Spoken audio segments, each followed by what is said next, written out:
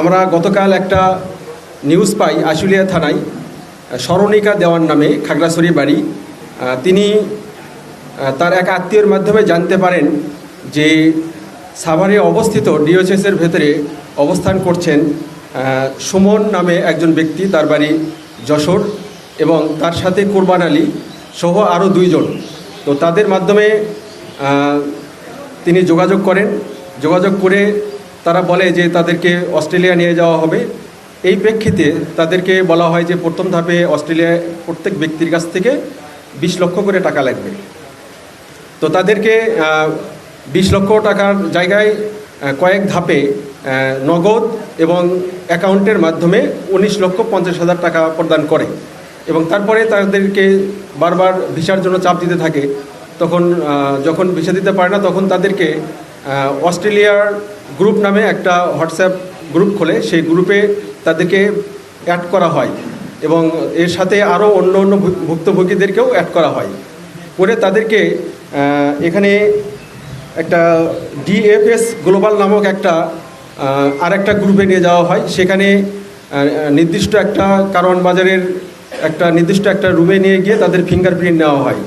নেওয়ার পরে তাদেরকে বলা হয় যে আপনাদের ভিসা 2-1 দিনের মধ্যে পেয়ে যাবেন।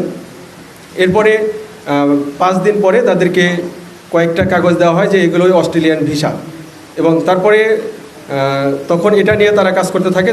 তারপরে বলে যে প্লেনের টিকিট কাটার জন্য আরও 96,000 টাকা লাগবে, এই স্মরণিকার কাছ থেকে তারা চায়।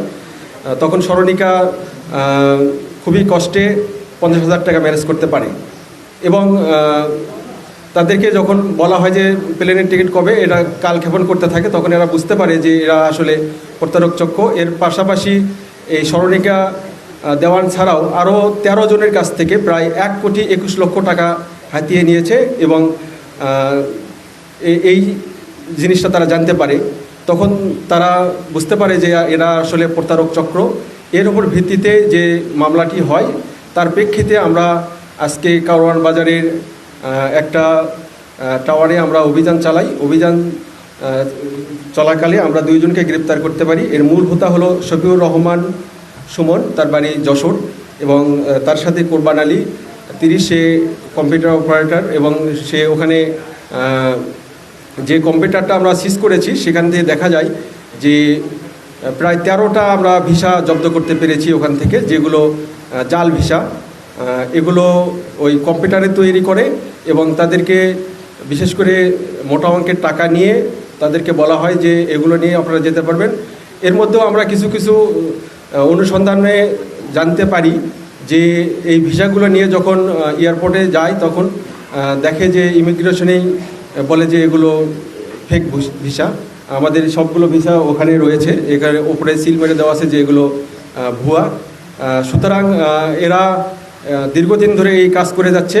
আর সবচেয়ে বড় বিষয় যে তারা প্রথমে আশুলিয়ায় একটা অফিস খোলে, এরপরে সেখান থেকে তারপর অনেকজনকে প্রতারিত করার পরে তারা হাতিরঝিলের দিকে একটা অফিস খোলে। হাতিরঝিলে যখন তারা দেখে যে এখানে অনেক চেনাজানা হয়ে গেছে, তারপরে কারওয়ান বাজারে এসে অফিস খুলে বসে, এবং তাদের সিন্ডিকেটটা অনেক বড়।